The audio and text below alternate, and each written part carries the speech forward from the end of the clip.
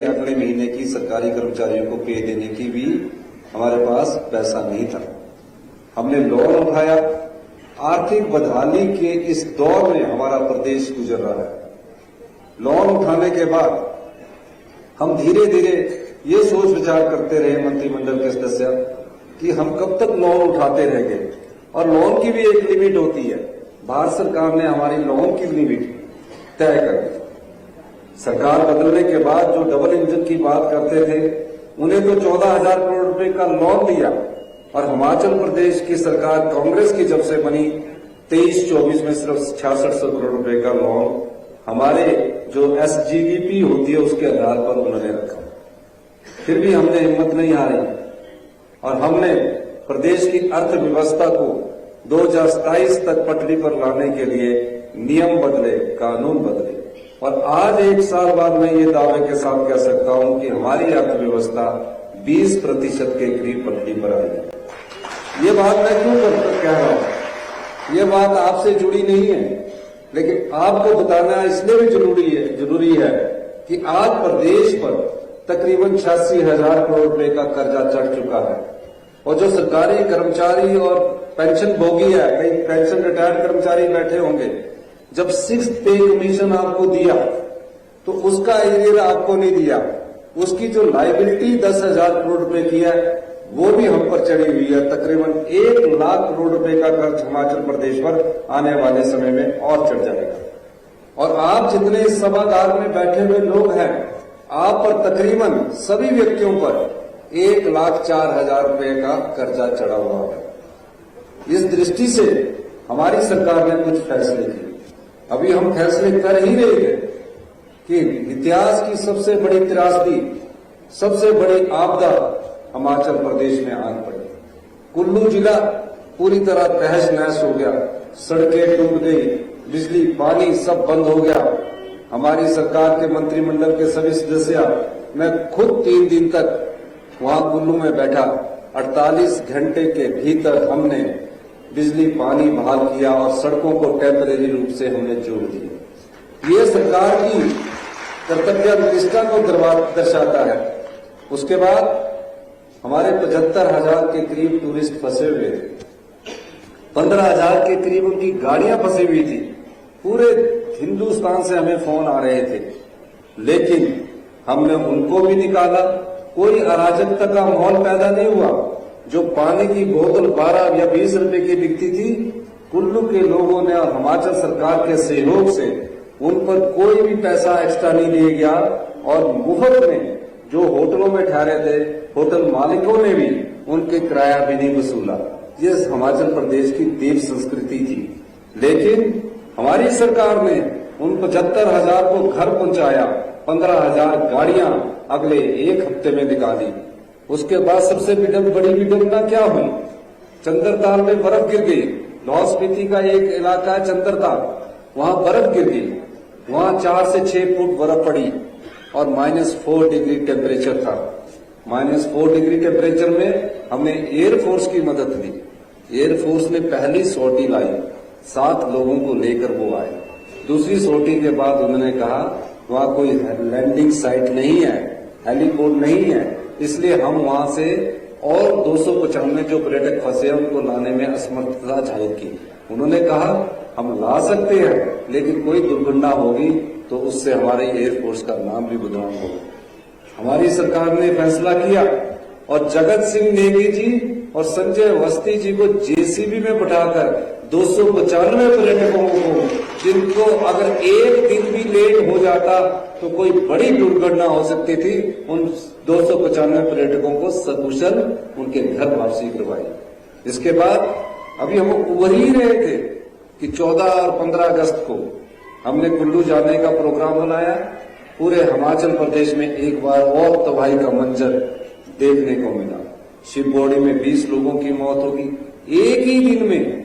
14 अगस्त के एक ही दिन में भारी बारिश से तकरीबन 51 मौतें हुई। 51 लोग हमें छोड़कर चले गए। किसी को पता नहीं था कि इतनी तेज बारिश थी। कुमारसैन में भी नुकसान हुआ, शिवबोड़ी में भी नुकसान हुआ, हमारे सोलन जिले में भी नुकसान हुआ। पूरे हिमाचल प्रदेश में इतना नुकसान हुआ कि एक ही दिन में कभी बारिश से 51 मौतें नहीं हुई थी। हमने खुद प्रयास किया और जब पता लगा कि ऊपर शिमला की सारी सड़कें जो संपर्क सड़कें जो बागवानी क्षेत्रों से निकलती थी, उन सब में भी भारी तबाही हुई है। मैंने खुद चुपाल, कुमारसैन, नारकंडा, झांग, जुब्बल कोटखाई रोड सबका दौरा किया और अगर हम 15 दिन भी लेट हो जाते तो आपका सेब, बागवानों का सेब मंडियों तक नहीं पहुंचता। मैं इसलिए कह रहा हूं, प्रधान आए कि हमें पैसा दे दिया, हमने पैसे खो दिए। जिस प्रधान ने जितना पैसा मांगा हमने उसको उतना पैसा दिया। डीडब्ल्यू विभाग ने जितना पैसा मांगा हमने उसको उतना पैसा दिया। मैं रात के 11 बजे बैठकर डिप्टी कमिश्नरों की बैठक देता रहा। रोहित ठाकुर जी मेरे साथ बैठे, अनुरोध जी मेरे साथ बैठा करते थे। रोज सड़कें निकालने के राठौर साहब को रोज सवेरे फोन पर मुझे फोन करके बोलते थे कि आज कुमारसैन में ये नुकसान हुआ। हमने नुकसान का अंदाजा लगाया। अगर हम थोड़े भी लेट हो जाते तो ये हमारी अर्थव्यवस्था, सेब की जो अर्थव्यवस्था है वो पूरी तरह शटर हो जाती। आप बताइए, एक भी बागवान ऐसा बता दीजिए जिसकी भारी बारिश में सड़क के अवरोध के कारण उसका सेब मंडियों में भी न पहुंचा हो। हमने सारे सेब का एक दाना मंडियों तक पहुंचाया। ये सरकार की कर्तव्यनिष्ठा है। उसके बाद सेब के समर्थन मूल्य के लिए मेरे से रोहित जी, नंदलाल जी, ब्राटा जी सब मिले। हर बार 50 पैसे बढ़ा दिए जाते थे और हमने कहा 50 पैसे नहीं, आपदा के समय किसी का सेब अगर थोड़ा कहीं सड़ गया है, दागी हो गया, नुकसान हो गया, हमने ऐतिहासिक वृद्धि की और 1.5 रुपया सेब का समर्थन मूल्य बढ़ाया, जो 10.5 से हमने 12 दे दिए। ये सरकार की कर्तव्यनिष्ठा थी। उसके बाद पूरे हिमाचल प्रदेश से तबाही का मंजर होता गया, चला गया। मैं सब जगह गया और मैं देखता गया तकरीबन 16,000 घर या तो पूर्णतः नष्ट हो गए या आंशिक रूप से नष्ट हो गए। 4,000 घरों को तो इस बरसात ने बहाकर ले गई और 13,000 घर, किसी की दीवार चली गई, किसी का डंगा चला गया। हमारी सरकार ने फैसला किया कि एक पाई जोड़कर आम आदमी अपना एक घर बनाता है। हम आम परिवारों से निकलकर आए हुए राजनीति में लोग हैं। मेरे परिवार का कोई व्यक्ति राजनीति में नहीं था, पर मैं दर्द जानता था कि बड़ी मुश्किल से एक घर बनता है। उन घरों को बसाने का दायित्व कांग्रेस की सरकार का था। सरकाघाट गया, मंडी गया, धर्मपुर गया, कांगड़ा गया, हर जगह तबाही। हमने सोचा भारतीय जनता पार्टी के नेता हमारा साथ देंगे। उस तबाही के आलम में भारतीय जनता पार्टी के लोग मांग करते रहे कि आप विधानसभा का सेशन बुलाइए। हमने कहा हम विधानसभा का सेशन बुलाएंगे, लेकिन आप अगर हम पुलिस कर्मियों को जो तबाही से उबरने का प्रयास करने में सरकार की सहायता कर रहे हैं उनको लगाएंगे, कर्मचारियों को लगाएंगे, तो सारा विधानसभा सेशन में सबका ध्यान लग जाएगा। हमने 20 दिन बाद विधानसभा का सेशन लगाया। सेशन में प्रस्ताव आया, हमने उनके प्रस्ताव का समर्थन किया। 3 दिन तक चर्चा हुई कि आपदा प्रभावित परिवारों को स्पेशल रिलीफ पैकेज मिलना चाहिए, राष्ट्रीय आपदा घोषित होना चाहिए। भारतीय जनता पार्टी के नेता उस 3 दिन तक चर्चा में भाग लेते रहे, बड़ी बड़ी बातें करते रहे, लेकिन जब प्रस्ताव को समर्थन करने की बात आई वो चुपचाप बैठे हुए, मूक दर्शक बैठे हुए, खड़े नहीं हुए। आपदा प्रभावित परिवारों के साथ भारतीय जनता पार्टी का कोई विधायक नहीं खड़ा हुआ। हमने कहा प्रस्ताव आपने लाया है, आप कम से कम समर्थन तो कर दीजिए, लेकिन हाउस में हमने उस प्रस्ताव का समर्थन किया। उसके बाद इन आपदा प्रभावित परिवारों को बसाने की बात थी। अभी बसते रहते परिवार, चला रहता अगर हम गौर ना करते, हम ना करते, कुछ ना करते तो बोलते कि 5,000 पटवारी दे के आ जाता। हम चैन की नींद नहीं सोए, दिन रात मंत्रिमंडल के सदस्यों से बैठकर बात करते रहे। दिल्ली गया मैं, देश के प्रधानमंत्री से मिला, देश के गृह मंत्री से मिला, देश के वित्त मंत्री से मिला कि हमारे प्रदेश में आजादी के बाद इतिहास की सबसे बड़ी त्रासदी आई है, इसमें आप मदद कीजिए। कोई मदद हमें किसी से नहीं मिली। फिर हमने फैसला किया कि हम अपना जो बजट है उसमें थोड़ी कटौती करेंगे। पर जिस परिवार का घर चाहे वो आंशिक रूप से टूटा हुआ है या पूर्ण तरह क्षतिग्रस्त हुआ है, बड़ी मुश्किल से हिमाचल के लोग एक एक घर बनाते हैं, उस परिवार को पूरी मदद की जाएगी। और इसलिए हमने आपदा राहत पैकेज 4500 करोड़ रुपए का घोषित किया।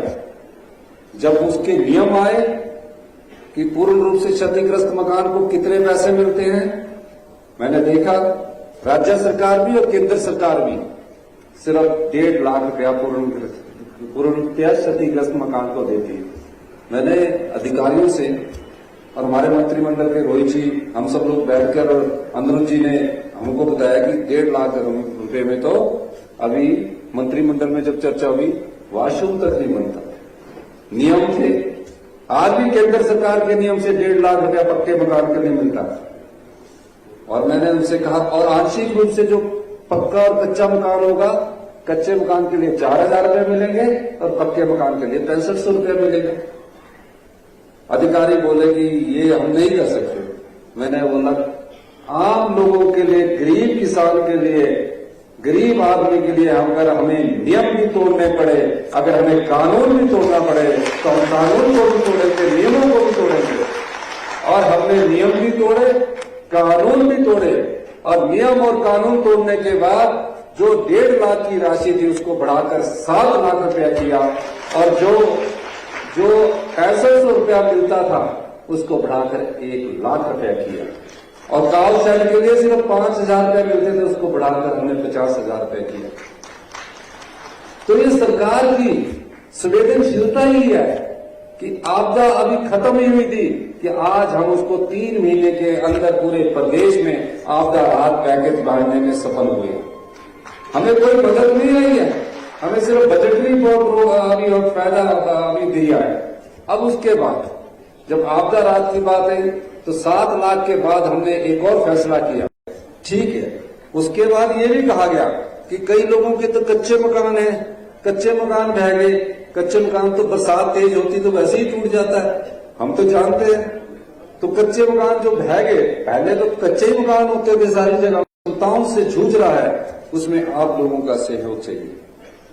1000 जो पक्के मकान थे, उन किसी की दीवार टूट गई, किसी की छत गिर गई, किसी का कुछ हो गया, उनको भी जो 5,000 रुपया मिलता था उसको बढ़ाकर हम 1 लाख रुपया करने किया है। जिसका कच्चे घर वाले भी 458 थे, किसी की दीवार गिर जाती है, किसी का डंगा गिर जाता है, उनको भी हम 1 लाख रुपया देना चाह रहे हैं। आज इस आपदा राहत राशि के माध्यम से वितरित कर रहे हैं। 354 लोगों की पशु का देहांत हो गया, उनको भी हम दे रहे हैं। जिनकी जमीन बिल्कुल नष्ट होगी उनको भी हम तकरीबन उनको भी हम 1096। एक और मैं आपको बताना चाहूंगा, जो आपदा प्रभावित परिवार किराए के मकान पर रहते थे गांव में या शहर में रहते थे, उसको भी सरकार ने 31 मार्च 2024 तक 5,000 रुपया गांव में रहने के लिए और 10,000 रुपया शहर में रहने के लिए किराए के रूप में देने का निर्णय किया है। उनको रसोई गैस का सिलेंडर मुफ्त में मिलेगा, 20 किलोग्राम आटा मिलेगा, 15 किलोग्राम चावल मिलेंगे, 3 किलोग्राम चीनी मिलेगी, 2 लीटर तेल का फ्री मिलेगा। ये क्योंकि घर बनाने में तो एकदम नहीं बनेगा, तो उसको 6 महीने तो किसी के किराए के मकान पर रहना पड़ेगा। जो किराए के मकान में रहेगा उसको 5,000 रुपया सरकार की तरफ से किराए के रूप में मिलेगा। और कृषि बागवानी योग्य भूमि के नुकसान पर मुआवजे को भी 3615 रुपये मिलते थे, जिसको हमने बढ़ाकर 10,000 रुपया प्रति बीघा कर दिया। यानी कि फसल को जो नुकसान हुआ होगा उसको भी हमने बढ़ाकर 10,000 रुपया कर दिया है। तो ये सब चीजें हम आपको आपके माध्यम से आप लोगों को देना चाह रहे हैं। लेकिन इसी के साथ मैं आपसे एक अनुरोध करूंगा, आने वाले समय में हमें थोड़े कड़े फैसले लेने पड़ेंगे, वो प्रदेश हित के लिए है। कोई किसी को तंग नहीं करना चाहती, तंग करेंगे तो सरकार 5 साल बाद आती है, 5 साल बाद जाती है। क्या हम रूटीन सरकार चलाएं कि 5 साल उनकी तरह आए और 5 साल उनकी तरह चले जाएं? अगर हम अपने युवाओं का भविष्य उज्जवल करना चाहते हैं और हिमाचल प्रदेश के युवा लोगों को अगर हम रोजगार देना चाहते हैं तो आज फैसला करने का समय है। अगर हम युवाओं के भविष्य को सुरक्षित करना चाहते हैं तो हमें फैसले करने होंगे। मैं ये बात इसलिए कह रहा हूं कि हम अपनी अर्थव्यवस्था में थोड़े कड़े फैसले करना चाहते हैं, थोड़े और फैसलों से हिमाचल प्रदेश को आत्मनिर्भर बनाना चाहते हैं। पिछली प्रदेश सरकार ने हिमाचल के इंटरेस्ट को बेच दिया। आपको मैं ये बताना चाहता हूं, जब मैं सरकार में आया और अभी मैं स्टडी कर रहा हूं, जहां से हमको पैसा आना था पावर प्रोजेक्ट से, वहां हमारे को ना तो लाडा दे रहे हैं, ना जीएसटी दे रहे हैं और ना ही फ्री रॉयल्टी दे रहे हैं। जो लूरी में डैम बन रहा है, जो सुन्नी में डैम बन रहा है, जो धौला से नदौर में डैम बन रहा है, उसका कुछ क्षेत्र हमारे को नहीं मिल रहा। सिर्फ हमारा पानी का वो प्रयोग कर रहे हैं और 40 साल बाद हमें 25% के करीब फ्री बिजली मिलेगी, यानी कि 40 साल तक हमें 5% फ्री रॉयल्टी मिलेगी। हमने आत्मनिर्भर हिमाचल के लिए उस फैसले को भी बदलने का निर्णय किया है कि अगर हमें वो फ्री रॉयल्टी 12% देते हैं पहले 12 साल में, और 12 से 30 साल में 30% देते हैं और 40 साल बाद हमें प्रोजेक्ट वापस कर देते हैं, तो हम उनके साथ समझौता करेंगे। नहीं तो ये तीनों प्रोजेक्ट भी सरकार टेक ओवर करने के लिए तैयार है। तो मैं इतना कहते हुए आप लोग हमारा साथ दीजिए। बीजेपी के लोग झूठ बोलते हैं, ठगते हैं लोगों को। हम लोग तो आज करके दिखा रहे हैं और आने वाले समय में भी 4 साल में करके दिखाएंगे। कितना स्कूलों को नुकसान हो गया है, उसको नुकसान बनवाने के लिए भी हमें पैसे की जरूरत है। सरकार कैसे चलती है, आपको मैं सरकार चलाने का भी थोड़ा बहुत बताना चाहूंगा। अगर आपके पास महीने की आय 10,000 रुपया है, किसी की भी, चाहे वो सरकारी कर्मचारी है, बागबानी है, उसी तरह सरकार की भी आय होती है। अगर 10,000 रुपया है, आप 10,000 रुपया खर्च करते हैं बच्चे को पढ़ाई के लिए, दूध के लिए, अपने खर्चों के लिए, और हमारी अगर आय 100 रुपया है और हम 170 रुपया हर साल खर्च करते हैं, तो 70 रुपया हम कैसे करते हैं, घर वाले भी कैसे करेंगे, कर्ज उठा के, किसी से उधार मांगकर। उसी तरह हम 70 रुपया अभी तक कर्ज उठा रहे हैं और अगले 2 साल तक और उठाने की जरूरत है, क्योंकि हिमाचल की अर्थव्यवस्था तब तक ठीक पर नहीं आ सकती, क्योंकि हमें कर्जा चुकाने के लिए 6,000 करोड़ रुपया बैंकों को देना पड़ता है। लेकिन इस दृष्टि से हम सोच रहे हैं कि 5 साल में हमारी अर्थव्यवस्था पटरी पर आए और आने वाले 10 सालों में, मैं आपको कह के जा रहा हूं, क्योंकि इस कालू ग्रोड की जनसभा में हमने पहले भी किया, आने वाले 10 सालों में हम हिमाचल प्रदेश को हिंदुस्तान का सबसे समृद्धशाली राज्य बनाएंगे और अमीर राज्य बनाएंगे। इस दृष्टि से हमारी सरकार काम कर रही है। इसी के साथ राठौर जी ने एक और मांग की है। मैं तो काफी आता रहता हूं, एक बार सिंघा साहब भी मेरे पास आए कि बहुत बड़ा नुकसान हुआ पंचायतों को, आप कीजिए। हमने कहा हम बिल्कुल मदद करेंगे। और उसे अभी वैसे राठौर साहब ने जब हमसे मांग की, और राठौर साहब ने ये कहा कि मेरे यहाँ फायर ब्रिगेड का भवन होना चाहिए, और एक और मांग की इन्होंने। राठौर साहब, आपके संबंध में मैं कहना चाहता हूं, राठौर साहब हमेशा इतने कागज लिखे जाते हैं, उसमें कई हर रोड का नाम लिखा होता है, हर हॉस्पिटल में कितने डॉक्टर चाहिए वो लिखा होता है, जितने पीएससी चाहिए उसमें लिखा होता है। मैं जो डिस्ट्रिक्ट हॉस्पिटल की आप बात कर रहे हैं उसकी मैं स्टडी करवाऊंगा, और जहां तक फिजिबल होगा उसके बाद मैं आपको बताऊंगा। लेकिन जो यहाँ आपने मुझे कहा है कि डॉक्टरों की कमी है, अल्ट्रासाउंड की कमी है, उसको हम तुरंत प्रभाव से जल्दी आने वाले समय में पूरा करेंगे, क्योंकि अभी हमें एक ज्ञापन भी नीचे दिया गया है। तो उस सिलसिले में मैं ये पूरा आपके जो ठोक में डिस्ट्रिक्ट हॉस्पिटल की संभावनाएं क्या है उसको भी तलाशा जाएगा, ये मैं आपको कहना चाहता हूं। और अभी हमारे बीच में पीडब्ल्यूडी मिनिस्टर थोड़े लेट हो गए, ये रामपुर से आए हैं, विक्रम गुप्ता जी, और तो ये शब्द मैं कह के कि ठोक में और भी अभी हम आने वाले समय में जो भी काम होंगे उनको करेंगे। और जो फायर ब्रिगेड की बिल्डिंग के लिए आपने जो कहा है उसको तो मैं स्वीकृति प्रदान करता हूं। और जो डिस्ट्रिक्ट हॉस्पिटल है उसका एक सर्वे होगा, जब तक वो सर्वे पूरा होगा तब तक यहाँ जो डॉक्टरों की कमी है उन कमियों को मैं पूरा करूंगा। जो अल्ट्रासाउंड की मशीन खराब पड़ी है, क्या वहां नई अल्ट्रासाउंड की मशीन लानी है, राठौर साहब ने एक और मुझसे गाड़ी में बात की कि ब्लड बैंक का यहाँ होना चाहिए, उसकी दृष्टि से भी हम उसको उसकी स्वीकृति प्रदान कर देंगे। और इन्हीं शब्दों के साथ एक बात अंत में मैं और कहना चाहता हूँ, हिमाचल प्रदेश में शिक्षा के स्तर में बहुत बड़ी गिरावट आई है। आज हमारी क्वालिटी एजुकेशन 18वें स्थान पर पहुंच गई है। 5वीं का जो बच्चा है वो दूसरी क्लास का चैप्टर नहीं पढ़ सकता, लेकिन हम 5वीं के बच्चे में को अगले साल से शिक्षा मंत्री जी के साथ हमारी विस्तृत चर्चा होने के बाद शिक्षा क्षेत्र में बड़ा व्यवस्था परिवर्तन करने जा रहे हैं। पहली कक्षा से हम इंग्लिश मीडियम स्टार्ट करने जा रहे हैं और सारे स्कूलों में जो ड्रेस है उसको भी प्रिंसिपल महोदय ही सिलेक्ट करेंगे और सभी स्कूलों में जहां हमारे क्लस्टर वाले स्कूल है उन अपना विद्यालयों में हम पूरे टीचर की व्यवस्था करने जा रहे हैं। रोहित ठाकुर जी ने पिछले दिनों इस मामले में प्रेजेंटेशन दी है और हम इसमें आगे बढ़ रहे हैं, क्योंकि शिक्षा मंत्री भी यहीं से है। हमेशा बोलते रहते हैं कि हमारे तो सारे स्कूल खाली है, तो जो भी स्कूल इनके खाली है अगले वर्ष से हमारी गेस्ट फैकल्टी लेक्चरर की पॉलिसी आ रही है, उस दृष्टि से भी हम आगे काम करने जा रहे हैं। अभी इस 31 मार्च से पहले 20,000 सरकारी क्षेत्र में रोजगार के अवसर निकलने जा रहे हैं। वन मित्रों की भर्ती शुरू हो गई है। 45,9,000 के करीब आईपीएच में हम para pump operator, para fitter, para electricians ये सब भरने जा रहे हैं। 6550 लोग TGT non medical batch wise भर्ती स्टार्ट हो चुकी है और अब कॉम्पिटिशन्स की भी तैयारी होने लगी है। 984 पटवारी हम भरने जा रहे हैं।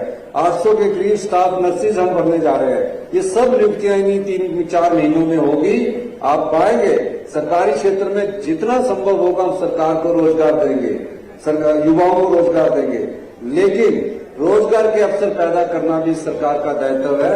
इस दृष्टि से भी हम अभी कार्य करने जा रहे हैं। और अगले साल से जो बागवान लोग बैठे हैं, बागवानों का हमारी बात दुबई में हुई है कि आपके सेब को कैसे आपको अच्छा पैसे मिले, उस दृष्टि से हमारी बातचीत जो दुबई के बड़े उद्योगपति है उनसे हुई है। वो अभी जनवरी में यहाँ आएंगे।